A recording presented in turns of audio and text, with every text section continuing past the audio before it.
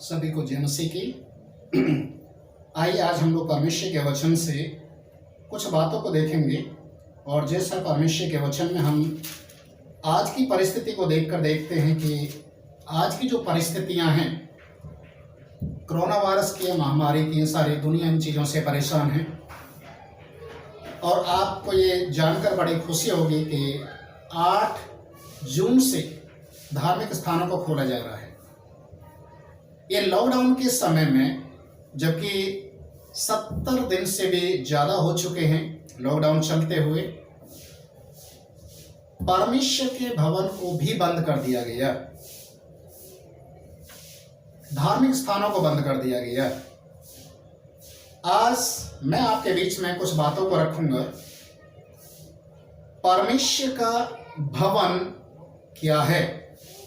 परमेश्वर के भवन के अंदर आकर प्रार्थना करने से क्या होता है? आज हमारे देश का प्रशासन, मंत्री सब इस बात को जानते हैं और कहते हैं कि धार्मिक स्थानों को बंद कर दिया जाए।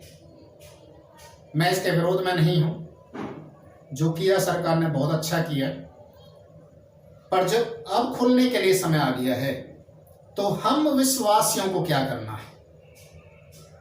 आपने शायद अपने घरों में प्रार्थना किया होगा और कर रहे हैं, ये अच्छी बात है। आज हम परमेश्वर के वचन से कुछ बातों को देखेंगे कि परमेश्वर का भवन क्या है। सबसे पहले मैं आपके बीच में यशायाह की किताब निकालूंगा।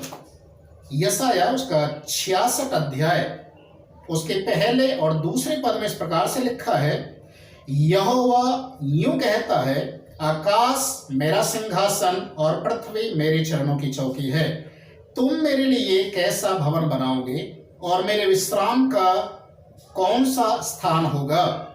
मनुष्य की यहोवा की यह वाणी है, ये सब वस्तुएं मेरे ही हाथ की बनाई हुई हैं, इसलिए सब मेरे ही हैं, परंतु मैं उसी की ओर दृष्टि करूंगा जो दीन और खेदित मन का हो और मेरा वचन सुनकर थरथराता हो।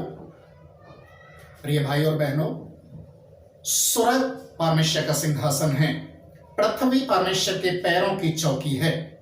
परमेश्वर कहता, तुम मेरे लिए कैसा घर बनाओगे? कैसा घर बनाओगे?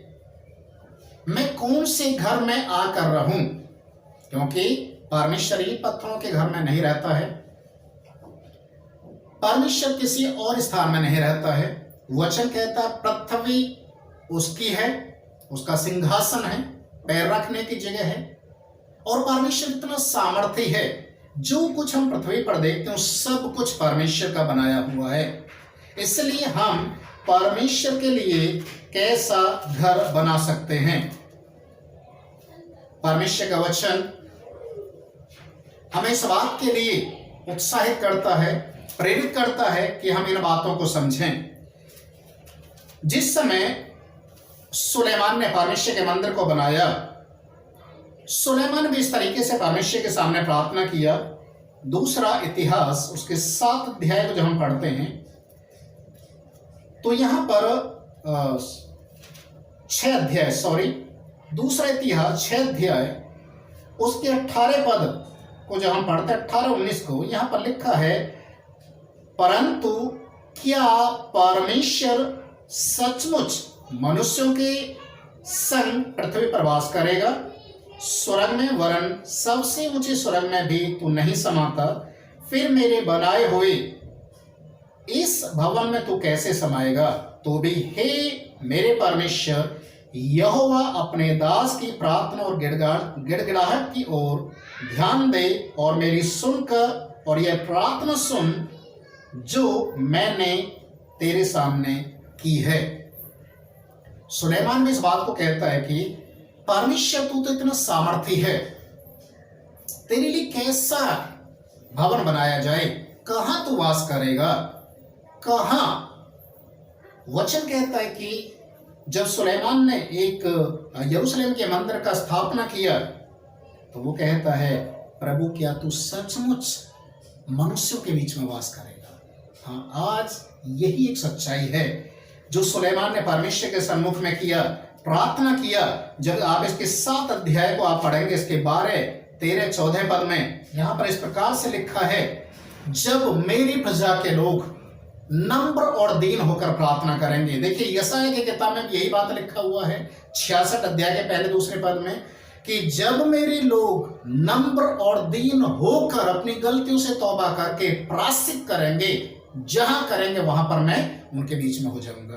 और यरूशलेम के मंदिर के लिए परमेश्वर के दास सुलेमान की यही प्रार्थना थी कि जब उसने मंदिर को बनाते समय उसने बोला, परमेश्वर मैं तो एक मनुष्य हूं, मैं तेरे लिए इतना बड़ा भवन कैसे बना सकता हूं जिसमें तू वास कर सके, क्योंकि स्वर्ग तो तेरा है, पृथ्वी तेरे चरणों की चौकी, कैसे भवन में तू वास कर सकता है। पर वचन कहता है कि तेरे नाम के लिए मैंने जिस भवन को बनाया है, इस भवन के अंदर तेरा नाम बना रहे, और जो कोई इस भवन के अंदर आकर प्रार्थना करे प्रभु तो उनकी सुन लेना।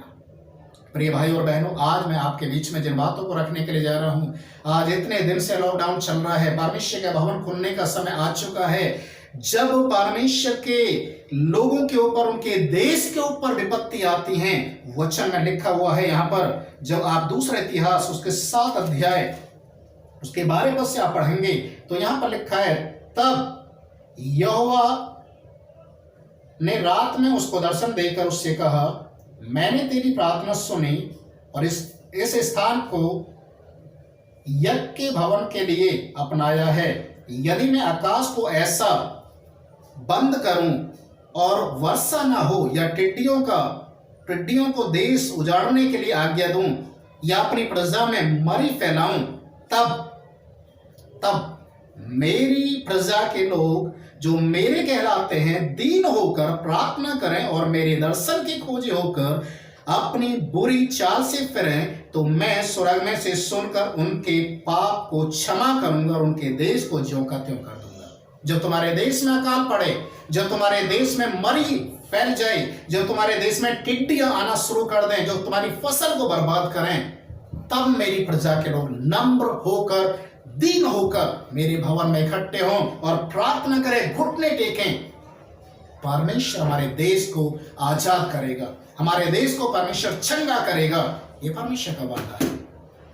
अभी तक कोरोना वायरस जो भी चल रहा है, अभी जो भी सारी दुनिया की स्थिति है, प्रिय भाई और बहनों, जब आप परमेश्वर के भवन में आए, पूरे शिद्दत के साथ आए, पूरे मन से आए और प्रार्थना के साथ आए, एक नए समर्पण के साथ आए और परमेश्वर के सामने, परमेश्वर के भवन में जो परमेश्वर का कहलाता है, जब आप वहां पर आकर प्रार्थना करेंगे, वचन कहता है परमेश्वर हर एक उन टिड्डियों से, जैसा कि आज हमारे भारत देश के अंदर टिड्डियों का कहर है, कई राज्यों में टिड्डियां उड़ती हुई जा रही हैं, फसल को बर्बाद कर रही हैं, लोग परेशान हैं। आज तक कभी लोगों ने इतनी टिड्डियों को तादाद में नहीं देखा जितना आज आप भारत देश के अंदर देख सकते हैं।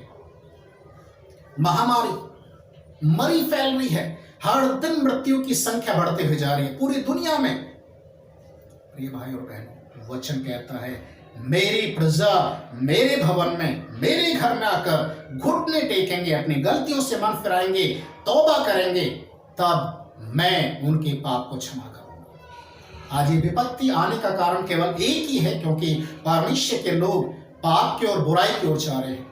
उन्होंने अपने मन को, अपने कामों को परमेश्वर के सामने रखते नहीं है, तौबा नहीं करते, गलतियों को अंगीकार नहीं करते, गलती के ऊपर गलती करते जाते हैं और सोचते हैं कि हम परमेश्वर के जन हैं। प्रिय भाई और बहनों, परमेश्वर के वचन में नेहमिया की किताब को जब आप पढ़ेंगे तो बाइबल हमें बताते हैं कि नेहमिया ने जिस समय परमेश्वर के सम्मुख प्रार्थना किया, वचन में लिखा हुआ है, नेहमिया की किताब उसका पहले अध्याय उसके 4 पद से जब आप पढ़ेंगे, 4 से 6 तक, यहां पर लिखा, ये बातें सुनते ही मैं बैठकर रोने लगा और कितने दिन तक विलाप करता और स्वर्ग के परमेश्वर के सम्मुख उपवास करता और ये कहकर प्रार्थना करता रहा, हे स्वर्ग के परमेश्वर यहोवा, हे महान और भययोग्य ईश्वर, तू जो अपने प्रेम रखने वाले और आज्ञा मानने वालों के विषय अपनी वाचा पालता और उन पर करुणा करता है, तो कान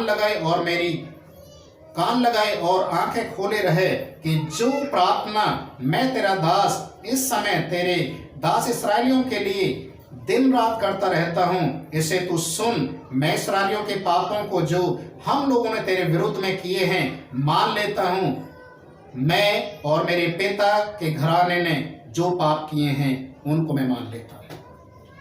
नहम्याह की प्रार्थना। नहम्याह को जब मालूम चला यरूशलेम का मंदिर टूट चुका है, खंडर हो चुका है, लोग मजाक बना रहे, उससे रहा नहीं गया। वो रोते हुए, उपवास रखते हुए प्रार्थना किया। वचन में लिखा है, जब उसने यरूशलेम के विषय में सुना कि यरूशलेम का मंदिर, प्रार्थना का घर जो उजाड़ हो चुका है, उसे हमें फिर से बनाना है, फिर से परमेश्वर के भवन में जाना है, फिर से परमेश्वर की उपस्थिति को वहां पर लेकर आना है। प्रिय भाई और बहनों, उपवास के साथ बैठ गया, प्रार्थना करना शुरू किया, और वचन कहता है कि वो कई दिनों तक उपवास रखते हुए प्रार्थना करते रहा, प्रायश्चित करते रहा। और उसने कहा, जो मैंने, मेरे पिता ने और मेरे घराने के लोगों ने, हमारे पुरखा ने जो पाप किया, जिसकी सजा आज हम भुगत रहे हैं, मैं उन सारे पापों को मान लेता हूं। दानियल ने भी इसी प्रकार से प्रार्थना किया कि प्रभु, जो हमारे पुरखाओं ने, हमारे लोगों ने जो पाप किए हैं, मैं उनके पापों को मान लेता हूं, ताकि तू हमारे देश को ज्यों का त्यों कर दे। आज परमेश्वर का वचन कहता है, आज आपको और मुझे जानना है। दानियल की किताब उसके 9 अध्याय उसके 12 पद में लिखा हुआ है, इसलिए उसने हमारे और न्यायियों के विषय जो वचन कहे थे, उन्हें हम पर बड़ी विपत्ति डालकर पूरा किया है, यहां तक कि जैसी विपत्ति यरूशलेम पर पड़ी है, वैसी सारी पृथ्वी पर और कहीं नहीं पड़ी है। जो विपत्ति आज हमारे ऊपर है, जो यरूशलेम के ऊपर है, वैसी विपत्ति कहीं नहीं पड़ी है। आज मैं उन सारी चीजों को मान लेता हूं, आज उन सारी चीजों को। प्रभु यीशु मसीह जिस समय यरूशलेम के मंदिर में गया, मत्ती रचित सुसमाचार 21 अध्याय को आप पढ़ेंगे तो वहां पर लिखा है, प्रभु यीशु मसीह यरूशलेम के मंदिर के अंदर जब गया और वहां पर देखा, व्यापार करने वाले लोग वहां पर इकट्ठे हो चुके हैं, प्रार्थना का घर को व्यापार का केंद्र बना दिया है। आज बहुत सारे सेवक लोग हैं, आज बहुत सारे पादरी लोग हैं, जिन्होंने आज परमेश्वर की सेवकाई को, परमेश्वर के नाम को मजाक में लेना शुरू कर दिया है। आज पैसे के लिए लोग सेवा कर रहे हैं, पैसा मिल गया तो उनके घर में जाएंगे, पैसा नहीं मिला तो उसके घर में नहीं जाएंगे। आज कितने ऐसे पादरी हैं जो जगह जगह जाकर रोना शुरू कर देते हैं, बोलते रहते हैं हमें ये जरूरत है, हमें ये जरूरत है। कितने लोगों के पास जाकर वो कर्जा लेते हैं, बैंकों से कर्जा लेते हैं, दूसरे लोगों से कर्जा लेते हैं, और जब कर्जा उनको मिल जाता है तो उनके फोन को उठाना बंद कर देते हैं, उनके घर में जाना भी बंद कर देते हैं। उनके घर में कोई जाए रिकवरी के लिए तो उनको मना कर देते हैं, उसके साथ उल्टा सीधा बोलते हैं, लड़ाई झगड़ा करने लग जाते हैं। और यही चीज आज विश्वासी लोगों के अंदर पाई जाती है। सोचने वाली बात है, आज हमारा मन कैसा प्रभु के सामने है। वचन कहता है नम्र और दीन होना है। प्रभु का वचन एक तरफ कहता है, जब तू परमेश्वर की वेदी के नजदीक आए, परमेश्वर के सन्मुख में आए, तो पहले अपनी भेंट को वहीं छोड़ और पहले सुलह कर कि तेरे साथ, किसी के साथ तेरा कोई मुकदमा तो नहीं है। अगर ऐसा है तो पहले सुलह कर, उसके बाद आकर तू भेंट को परमेश्वर के वेदी के ऊपर रख। अरे भाई और बहनों, आज कितने पादरी लोग इस बात को जानते नहीं है, छाती ठोककर पुलपीट पर खड़ा होकर बोलते हैं कि हम परमेश्वर के जन हैं, लोगों को भाषण देते हैं, प्रचार करते हैं। वचन कहता, पौलुस कहता, हर एक कोई प्रचारक भी ना बने, उपदेशक ना बने, क्योंकि ये सबसे ज्यादा दंड के भोगी होंगे। आज यरूशलेम की दशा क्या हो चुकी है आपको जानना है। आज परमेश्वर के घर, परमेश्वर के भवन की दशा क्या हो चुकी है आपको जानना है। परमेश्वर का वचन कहता है, आपको और मुझे परमेश्वर के सामने घुटने को टिकाना है, अपनी गलतियों से मन फिराना है, प्रायश्चित करना है। आप परमेश्वर के लोग हैं, आप सही शिक्षा दें, अपने कलीसिया को सही शिक्षा दें। आज मैं घमंड के साथ कहता हूं, मेरी कलीसिया के लोग, मेरे साथ में जुड़े हुए हर एक विश्वासी जन, आज भी कोरोना वायरस इतना खतरनाक तरीके से चलने के बाद भी, बढ़ने के बाद, मेरे चर्च के अंदर कोई भी विश्वासी बीमार नहीं है। क्यों? क्योंकि हम लगातार प्रार्थना करते हैं, लोगों को इंकरेज करते हैं, और हम वही चीज शिक्षा देते हैं जो परमेश्वर का वचन सिखाता है। इसलिए प्रिय भाई और बहनों, आज आपको और मुझे परमेश्वर के वचन के अनुसार अपने घुटने झुकाने की जरूरत है। परमेश्वर के भवन खुलने का समय आ चुका है। परमेश्वर के भवन खुलेंगे, परमेश्वर के लोग प्रार्थना करेंगे। देखिए हमारा देश कैसे चंगाई को पाएगा। अभी तक जो कोरोना वायरस का जो मृत्यु का दर वो बढ़ते जा रहा है, वचन कहता हमारे देश को परमेश्वर भला चंगा करेगा, और ये उसका वादा है। क्या आप इस वादे पर विश्वास करते हैं? क्या आपका परमेश्वर इस कार्य को कर सकता है? आप बोले हाँ कर सकता है। जो मनुष्य से नहीं हो सकता वो परमेश्वर से होगा। आज सभी लोग कंफ्यूज हैं कि इस कोरोना वायरस से कैसे निजात मिले, कैसे इसको कंट्रोल किया जाए। और प्रिय भाई और बहनों, जब परमेश्वर के लोग प्रार्थना करेंगे, परमेश्वर के लोग जब घुटने को टेकेंगे, मन फिराएंगे, परमेश्वर के भवन में आकर घुटने टेकेंगे, देखिए हमारे देश के अंदर परमेश्वर इस कोरोना वायरस को कैसे खत्म करता है। Hallelujah, hallelujah. प्रभु आप सभी को आशीष दे। परमेश्वर यीशु मसीह के नाम में, जय मसीह।